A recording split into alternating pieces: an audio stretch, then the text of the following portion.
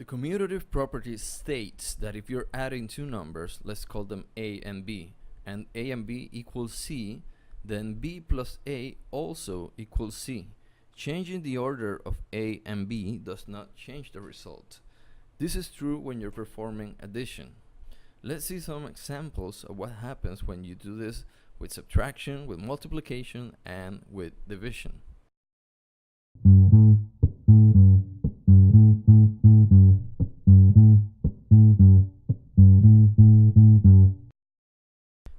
As I said before, if you're performing addition, it is easy to see that you can change the order of the two numbers and the result will be the same.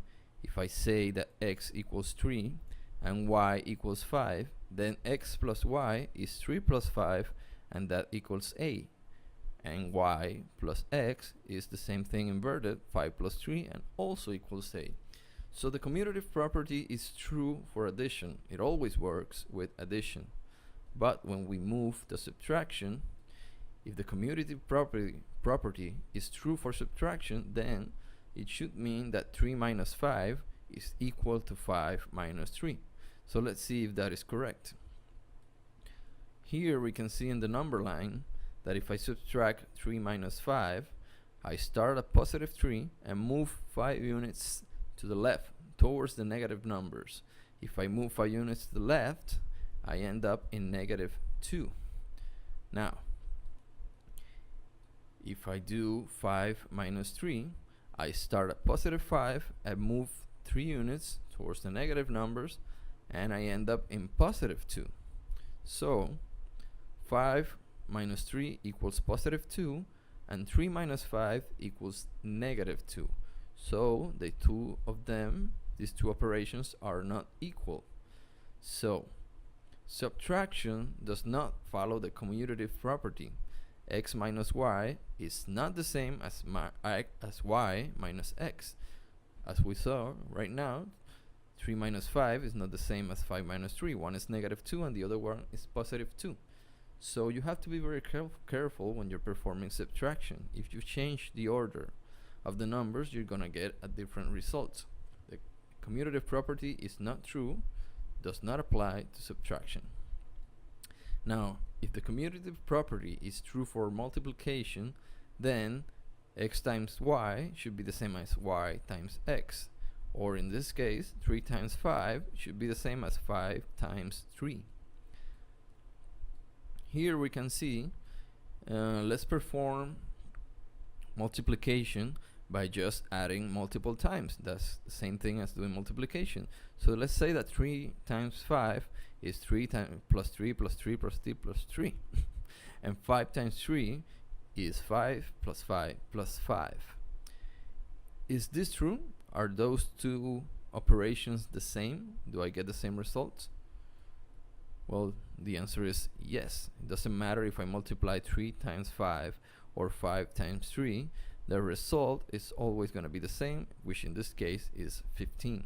So multiplication follows the commutative property. It is true for multiplication. Doesn't matter what order you choose the two numbers or the two variables, as long as you perform the operation, the result is going to be the same.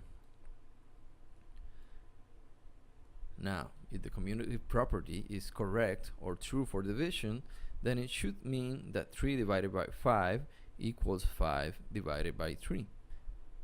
Let's see what happens here. And we can see clearly, if we change these fractions to decimal numbers, that they are not the same and one is much larger than the other. Maybe you're not familiar with fractions and you cannot quickly see which one is bigger than the other. So if you use the analogy of pizzas and pizza slices, you can see that 3 divided by 5 means that I have a pizza divided into 5 slices, and I have 3 of those 5 slices, while 5 divided by 3 means that I have pizzas divided into 3 huge slices, each of them, and I have 5 of those slices.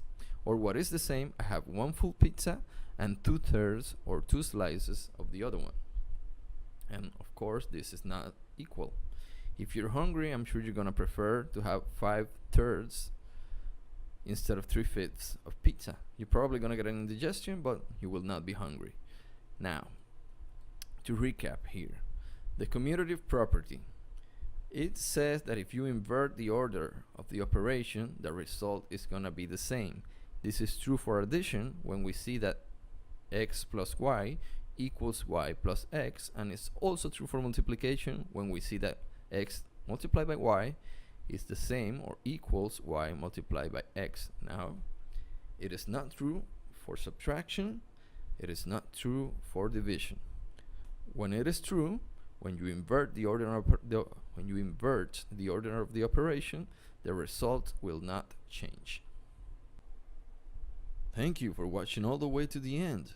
If you found this useful, please subscribe, tell a friend, and don't forget to check some of my other videos and the playlist. Once again, thank you, and see you on the next video.